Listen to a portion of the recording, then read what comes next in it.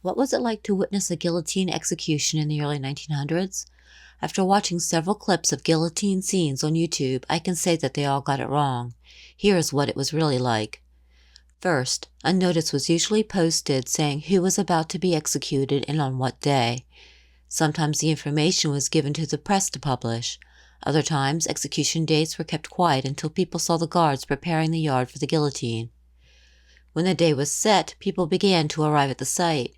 Nearby bars filled up, rooms were rented out, and anyone with a window view to the site would rent out that space to as many people as possible. As people began to fill up the streets, the guillotine was erected. This usually happened in the middle of the night, while the condemned person was asleep. Next, the troops arrived to hold the crowds back from the guillotine. By this time, children were hanging off of poles, and people were sitting in trees to get a view.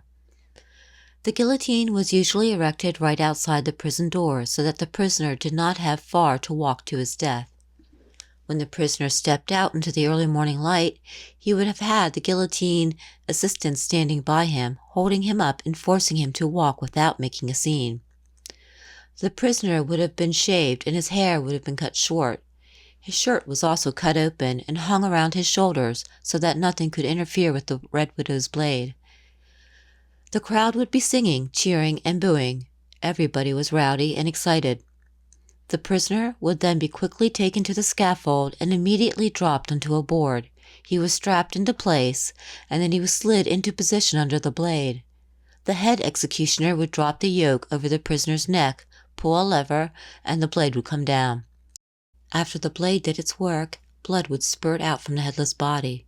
This is why you often see photos of executioners wearing long black coats. It was to hide the blood spatter.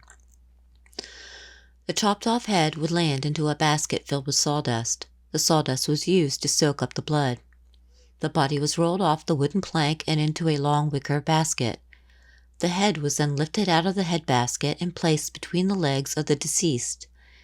As the body was carted off, the guillotine assistants would clean the area with buckets of water.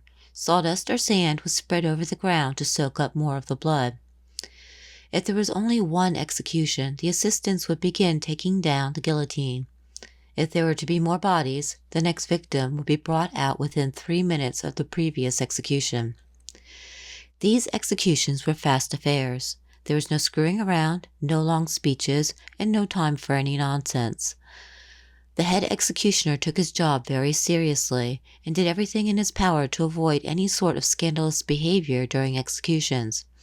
As soon as the body was carted off, the guillotine was dismantled and everybody went home.